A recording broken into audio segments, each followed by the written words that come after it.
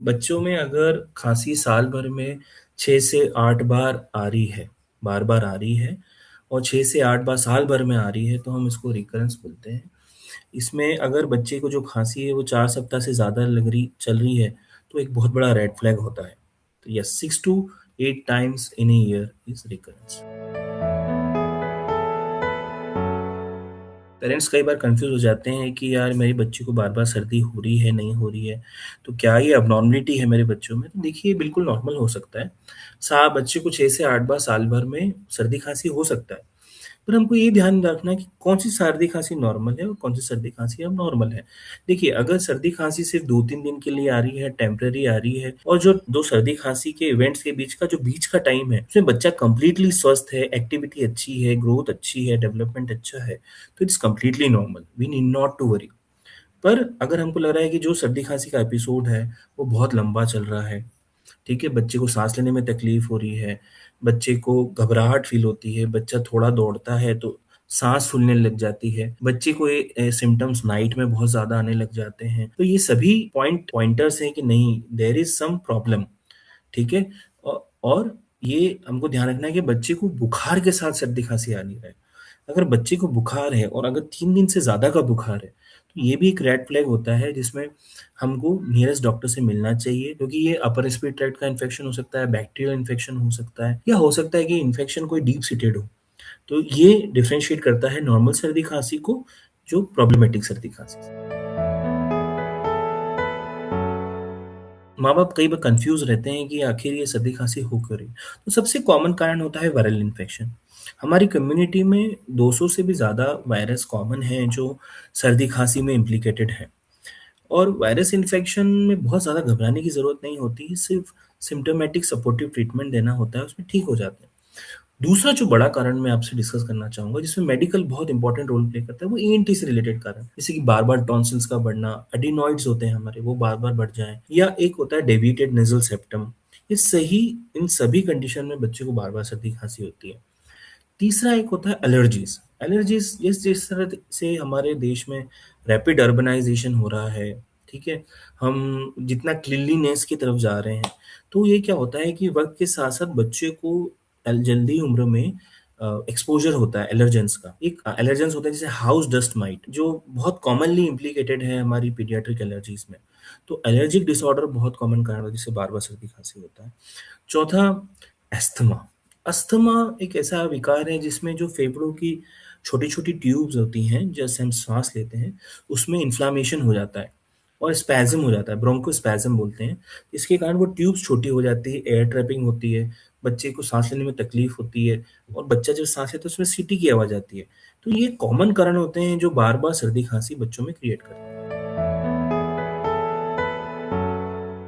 Allergy और asthma की अगर मैं बात करूँ, तो ये मोर और लाइक हमारे इम्यूनिटी से रिलेटेड है, जिसमें जब बच्चे को बार-बार एलर्जी होती है, बार-बार अस्थमा होता है, तो ज़रूरी नहीं है कि उसमें बैक्टीरियल इन्फेक्शन ही हो।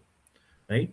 और हमको कब पॉइंट करना चाहिए कि हाँ, ये इन्फेक्शन की तरफ ज़्यादा जा रहा है, जब बच्चे को साथ में फ़ीवर हो रहा हो। फ़ीवर हो रहा हो, बच्चा टॉक्सिक हो, बच्चा खाना खाना बंद कर दे, बच्चे को उल्टी-दस्त भी साथ में हो रहे हो, बच्चे को अस्पताल में भर्ती कराने की ज़रूरत पड़ रही है, बच्चे को एंटीबायोटिक्स की ज़रूरत पड़ रही है। तो ये सभी पॉइंटर्स होते हैं कि बच्चे में इन्फेक्शन है। पर हमें हमेशा ध्यान रखना है कि अगर एलर्जी, अस्थमा या साइनस का विकार है, तो इसमें जो इलाज है वो प्राइमरी एंटीबायोटिक्स नहीं है। हम अगर बार-बार एंटीबायोटिक इन इन बीमारियों के लिए दे देते हैं, तो बच्चे की इम्यूनिटी कमज़ोर होती है। बच्चे की जो लड़ने की ताकत है वो कमज़ोर होती है। तो हमका जो जैसे कि एलर्जी की बातें करें या साइनस की बातें करें, तो इनमें जो दवाइयाँ होती हैं वो उसमें काफ़ी नेज़ल स्प्रे भी आते हैं, एंटी एलर्जिक मेडिकेशंस भी आते हैं, कफ के मेडिकेशंस भी आते हैं, कोल्ड के मेडिकेशंस भी आते हैं। नेबुलाइज़ेशन होता है। अस्थमा में जो इलाज होता है, वो इन्हेलर थेरेपी के माध्यम से होता है। तो ये सब इलाज एक अलग इलाज है और एंटीबायोटिक्स और इन्फेक्शन का इलाज अलग इलाज है। तो हमें ये ध्यान रखना है कि फ़ीवर या टॉक्सिसिटी आ रही है तो इन्फेक्शन की तरफ पॉइंट कर रहा है और अगर ये यही सिर्फ़ सर्दी-खाँसी जैसी विकार है विद एलर्जी, उसका इलाज है। इम्यूनिटी जो रहती है, वो बच्चे की लड़ने की ताकत है। छोटे-मोटे इन्फेक्शंस जब बच्चे को पकड़ते हैं, तो वो बच्चा धीरे-धीरे उन इन्फेक्शन से इम्यून हो जाता है। तो हम जब बच्चे इनिशियल पार्ट में रहते हैं, तो हो सकते हैं उसके एपिसोड्स थोड़े ज़्यादा होते हों। पर जैसे-जैसे उसकी इम्यूनिटी का विकास होता है, उसकी लड़ने की ताकत बढ़ती है। तो जैसे बच्चा जब बड़ा हो जाता है, एडोलेसेंट हो जाता है, तो वो जो नंबर ऑफ एपिसोड्स हैं, वो बहुत कम हो जाता है। पर अगर मैं बात करूँ कि एलर्जी की बात करूँ या अस्थमा के विकार की बात करूँ, ये जो विकार है, ये एक पाथवे फ़ॉलो करते हैं, जिसको हम एक लैडर की तरह बोलते हैं, जिसमें ये मल्टीपल मैनिफेस्टेशन के रूप में आते हैं, जैसे कि चमड़ी के विकार, एलर्जिक राइनाइटिस, एलर्जिक कंजक्टिवाइटिस, फिर अस्थमा। इसको अगर हम टाइमली ट्रीट ना करें, तो ये बढ़ते-बढ़ते हैं और एक टाइम पे आके इरिवर्सिबल चेंजेस बॉडी में क्रिएट कर देते हैं। तो हमको ये ध्यान रखना है कि हमको टाइम से इनको पकड़ना है, टाइम से इलाज करना है ताकि ये इरिवर्सिबल कॉम्प्लिकेशंस में ना जाए। जो घरेलू अगर मैं उपचार की बात करूँ तो सबसे इम्पोर्टेंट है एक अच्छी स्लीप देना। अगर बच्चा 9 से 10 घंटे सोता है, अच्छी क्वालिटी की स्लीप सोता है, तो डेफ़िनेटली उसकी जो बॉडी की फाइटिंग पावर है वो ज़्यादा रहती है, एक्टिविटी लेवल ज़्यादा रहता है, एनर्जी लेवल ज़्यादा रहता है, उसका डेवलपमेंट अच्छा होता है, राइट? दूसरा है एक अच्छा न्यूट्रिशनल फूड देना। अगर बच्चे को हम अच्छा खाना देते हैं जिसमें सब तरह के विटामिन्स, मिनरल्स, एंटीऑक्सीडेंट्स हैं, तो बच्चे की ऑटोमैटिकली लड़ने की जो कैपेसिटी है वो बढ़ जाती है। तीसरा अगर मैं बात करूँ तो इंडोर पॉल्यूशंस। बच्चे को कई बार होता है कि बच्चे के घर में ही बहुत टोबैको का एक्सपोज़र है या सिगरेट स्मोकिंग का एक्सपोज़र है, तो हमको ये बच्चे को अवॉइड करना है। चौथा है आउटडोर प्ले। अगर हम बच्चे को बाहर खिलाएँगे तो बाहर क्या होता है जैसे-जैसे बच्चा बाहर खेलता है, उसकी जो इम्यून पावर है वो धीरे-धीरे मजबूत होती जाती है। देयर आर 2 पाथवेज़ जो साइंस में बात होती है, टीएच1 जो टीएच2 पाथवे। तो बच्चा जो ओरिजिनल हमारा एंशिएंट मजबूत पाथवे टीएच1 की तरफ जाने लगता है।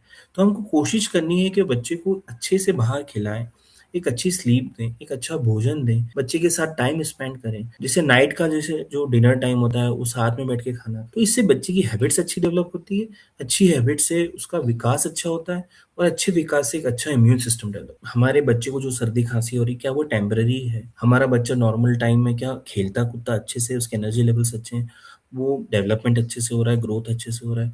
अगर किसी भी तरह के इस तरह के लक्षण नहीं हैं, तो पहली चीज़ तो घबराएँ ना। मोस्टली ये जो कफ कोल्ड होते हैं, ये वायरल इन्फेक्शन होते हैं। इसमें अच्छा भोजन दें, रेस्ट दें, ठीक है? नेज़ल सलाइन ड्रॉप्स आती हैं, जिसके ज़्यादा कोई साइड इफ़ेक्ट नहीं होते। नाक में वो डाल सकते हैं, ठीक है? बच्चा अगर 1 साल से ज़्यादा का है, तो वो शहद चटा सकते हैं। शहद में क्या सूदिंग प्रॉपर्टीज़ होती हैं, जो कफ को ऑटोमैटिकली कम करती हैं।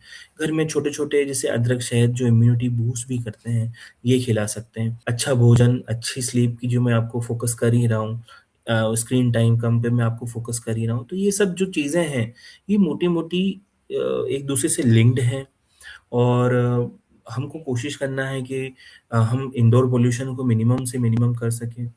ये सब छोटी-छोटी बातों का हम ध्यान रख के, ना केवल एक स्वस्थ बच्चा, स्वस्थ कम्युनिटी और एक स्वस्थ भारत का निर्माण कर सकते हैं, बस इन छोटी-छोटी बातों से। हाँ, और एक बहुत इम्पोर्टेंट चीज़, अगर बच्चे को बार-बार कफ कोल्ड हो रहा है, तो एक इन्फ्लुएंज़ा या मैं बोलूँगा फ्लू वैक्सीन आती है, जो बच्चे को सालाना लगती है।